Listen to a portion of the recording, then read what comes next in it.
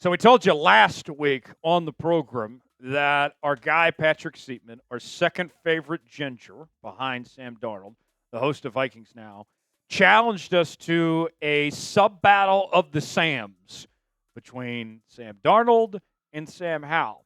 And we want to stick it to Vikings Now and show that we have the better fan base and the much superior Sam. So I need you to subscribe to the channel.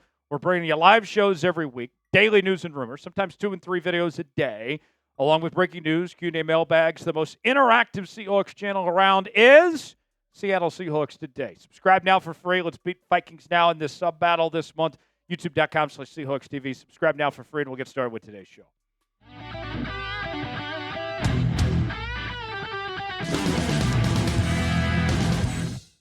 Hola! Feliz Cinco de Mayo! Amigos, welcome in to this edition of Seattle Seahawks Today. I am your fearless leader, Tyler Jones, here with you. Thanks for starting off a brand new week with us here on the channel. Rookie Minicamp was over the weekend, and what we're going to do today is break down the winners and the losers from Seahawks Rookie Minicamp, because let's face it, you could be one of just two things in life. You're either a winner or you are a loser, and we got a full list to get to here on today's show. Let's begin with the talk of the NFL this weekend. Jalen Milroe, he's our first winner on the winners list. And I got to tell you, you didn't have to be looking too hard on the interwebs. You didn't even have to go to the dark web, believe it or not, to find footage of Jalen Milroe of how much he impressed in his first official outing with the Seattle Seahawks. And one of the things that we saw from Milroe, granted it's limited of what they can actually do in this type of setting, but he was showing command already with this Seahawks offense, working with his fellow rookies, and he impressed his head coach, Mike Macdonald. Macdonald said this: one thing that you don't get to see for Jalen watching on tape is just the spirit he has from play to play. He's got great energy. Great competitive energy. He's trying to get it right. Great command of the huddle. Really takes pride in the operation. All the fundamental things we're going to be building on from the ground up. He's just got a great attitude about it. If you have that attitude, especially at the quarterback position, everybody else tends to fall in line. In that regard, it was really fun to be around. With that, and here's what Jalen Milroe had to say, by the way, on Rookie Minicamp. With that, it's all about being an efficient passer. The more you work, the more you understand your body, you're going to be more of an efficient passer. That's something we will work on and we'll continue to work on so I can be the best quarterback I can be. So that's what Milroe is focusing on going forward, is being an efficient and effective passer from this point forward. And I got to say, just with small sample size, this seemed to be a huge step in the right direction for Jalen Milroe with this performance and impressing coaches, getting eyes on him for the first time in person. Again, there's not a whole lot that goes on of what they actually can do, but to me, this felt like the coming out party, not the Diddy party, but the coming out party for Jalen Milroe this past weekend at Rookie Minicamp, and he impressed, and I'm excited to see what he does going forward from here. So, 12s, let's ask you, our pinned comment today, do you believe in Jalen Milroe? Is he him, as the kids would say? You got two options here. Type B for believe, D for don't. Weigh in on our pinned comment today. You might get an ad break while the ad's playing. Get your votes in. Let us know what you think. Type B for believe, D for don't. Up next, let's go to second-round pick Nick Emmanwori at the safety position out of South Carolina. And there's a lot of questions out there about, okay, we know Emmanwori is a talented player, but what are you exactly going to do with him? Because you already have two pretty good safeties in Kobe Bryant and Julian Love, and Nick Emmanwori is too good not to be on the football field. Well, Emmanwori, this past weekend, not only did he get reps at safety, but he also lined up at the nickel back position, which we've seen Devin Witherspoon do a phenomenal job at the last couple of seasons. One of the things we've mentioned about in the past was Mike Macdonald had a rising star in Kyle Hamilton with the Baltimore Ravens, who's now one of the best safeties in football. And he started out at the nickelback spot before he made the full-time transition to the safety position. So could something like that be in the works for Emmanwori here? Macdonald had this to say on Emmanwori. You see the movement skills. You see all the things you saw on tape. He's got great intent. I think he wants to be great, which is a fun characteristic to work with. Great start, great start. Now we got to detail it up. We got to get our angles right. There's a lot of fundamentals that we'll be working on when he comes back. It's going to be fun to work with him. Emmanwori had this to say on the rookie minicamp experience. They threw a little bit at me. I was playing a little bit of every position, but football is football. I was out there just playing fast, competing and stuff. Just like how it was when I transitioned from high school to college. From college to the NFL, things are a bit more detailed, a little bit more fast-paced, but they're taking things slow. Rookie minicamp trying to take things one step at a time. So for me, it's just finding ways to get him involved. I think he's a good enough athlete.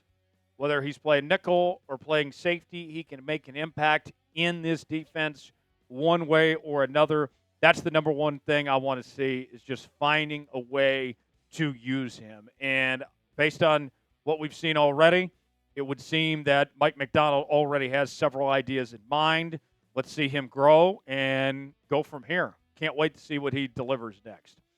Let's talk about the first pick of the draft for Seattle. That is offensive lineman Zabel. We're expecting him to play the offensive guard spot. Most likely will start at the left guard position. And for Zabel, this is a guy that, comes from humble beginnings, right? Grew up on a farm in the Dakotas and played at North Dakota State.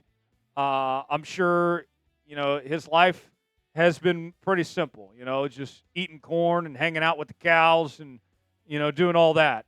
And now here he is all these years later, and he's a first-round draft pick getting to live the dream, playing for one of the best organizations in football. And Zabel described this as a surreal experience, just kind of taking it all in. I love that attitude, an attitude of gratitude, as my pastor would like to say. That's what he's displaying here of making this move to the Seattle Seahawks. Mike Macdonald was very complimentary of him as well as the rest of the rookie offensive linemen, saying this, great group overall, really excited about our draft picks. Hard to give it a fair evaluation right now. You can see the skill set, the movement, things we see on tape, see the attitude. We will work the finish and all that stuff when it becomes time, but really good first step with those guys. But it's fun to see it come to life. Zabel on Rookie Minicamp said this, quick, surreal, whirlwind of emotions. Super fun. Anything you could possibly think of. I mean, it's a lifelong dream to say you get drafted, let alone be drafted to the Seattle Seahawks. What a surreal experience this past week has been. It's a step in the right direction. Take it all in, big fella. Enjoy it. None of us are guaranteed tomorrow, all right? And so for him to just be grateful, I love that mindset that he has going in and to know that he did a good job this week. Can't wait to see what he does going forward from here. Got a few more names to get to. We also have losers to talk about, too. Who is a winner from Seahawks Rookie Minicamp? If you had to give me one player that comes to mind, who would it be and why? Weigh in the comments section and let us know. Speaking of Zabel, we have his jerseys on sale now at chatsports.com/Seahawks Rookies. You will get the jersey with his new number, by the way. We got Jalen Milroe as well as other Seahawks rookies. You can go see it for yourself. Look, it's almost summertime.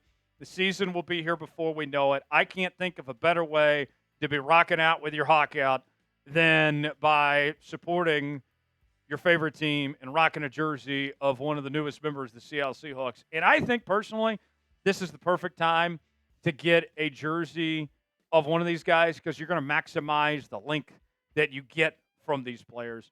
Get yours down, chatsports.com/Seahawks Rookies. We also have other Seahawk players available at that same link. Maybe you're feeling more like Sam Darnold or Cooper Kupp, whatever it may be. Check it out, chatsports.com/Seahawks Rookies. The link is in the comments and description of today's video. Get yours today. All right, now let's talk about big Texas guy, Elijah Arroyo at the tight end position from Miami. I am so thrilled that he is here. The second round pick, I think, has potential to be a star in the National Football League. And one of the things that was shown already with Elijah Arroyo was his athleticism was on full display this past weekend. All right. And you can't teach athleticism. You either got it or you don't. And with Elijah Arroyo, he faced some tough competition, went up against some really good players, and he met the challenge, letting that athleticism speak for itself. Michael Sean Duggar of The Athletic said this: there was a play during Saturday's practice that required Emmanwori to cover Royo across the field. Emmanwori has the wheels to do that, but with Arroyo's speed and long strides, you can see how the rookie may create issues for defenses that don't have great athletes at inside linebacker or safety who can turn their hips and run with him. Arroyo, talking about his athleticism, maybe not quite as humble as our guy Gray Zabel, but I love the confidence. He said this: I'm a big target. I'm a tight end. When it comes to the pass game, I like to count myself as a receiver. I'm excited for this cat. I got me, as John Gruden would say, feeling nicey. Hey, what have we said for the last couple months since Clint Kubiak took over as the OC? Stop. Get it out of your head. Your idea of how the tight end position's been played previously in Seattle with these tight ends that have been underutilized and not involved in the passing game in the way they should. This is not Shane Waldron or Ryan Grubb's offense anymore, okay? Elijah Arroyo, these guys are going to get plenty of good use and be heavily involved here. I can't wait to see what he does. Last on our winners list, another Miami Hurricane. It's all about the U here on Seahawks Today. Damen Martinez, the 7th-round pick.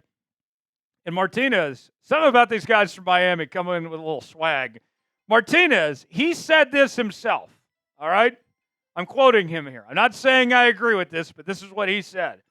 Damen Martinez sent a message to all the 12s out there. He said, get ready for Beast Mode 2.0. Okay?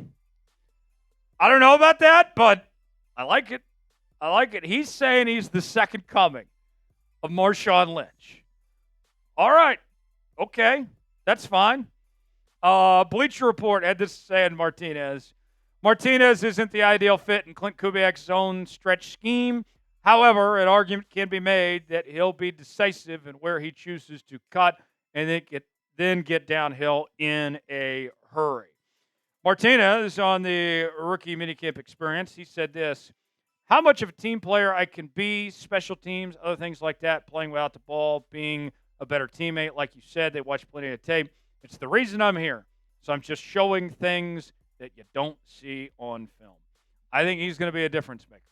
I think he's too good not to get on the football field in some capacity. I know this running back room is loaded with K9, Charbonnet, Kenny McIntosh, but the fact that he can be used in special teams, that he's a good pass catcher, a good runner, I can't wait to see what he does on that front. In a moment, let's get to some injury news.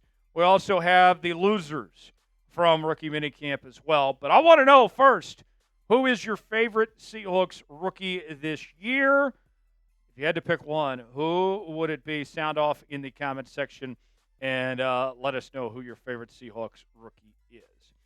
Some injury news to get to, as expected. Riley Mills and Torrey Horton sat out from rookie minicamp. No real timeline on their returns as well. So we'll continue to monitor those situations when we have more information. But at least for now, they are out for the time being, and hopefully they get back to the football field sooner than later. We shall see. The rookie minicamp losers, you can't really point to a rookie because everything is going to be positive coming out of rookie minicamp. There's nobody that really struggled. But we can point to who was affected by this. And if you're Drew Lock, I can't imagine you're feeling too great right now about what Jalen Milroe is doing. Because if Jalen Milroe continues to shine, then there might not be a place on this roster for Drew Lock when the season begins, because historically speaking, the Seahawks have only liked to carry two quarterbacks. And if they believe in Jalen Milroe and they've seen enough for him to be QB2, it might be sayonara for Drew Lock in his time in Seattle already. Noah Fant, contract situation doesn't look great. He underperformed the last couple of seasons, and Elijah Arroyo's coming on strong, and A.J. Barner is better than we expected. So Noah Fant might be looking for a new home as well. Both their futures are in question. We'll call them the quote-unquote losers of rookie minicamp this week. For continuing Seahawks coverage throughout the rest of the offseason, you got to be subscribed. YouTube.com/SeahawksTV. I'm Tyler Jones. Thanks for joining us. We'll see you next time.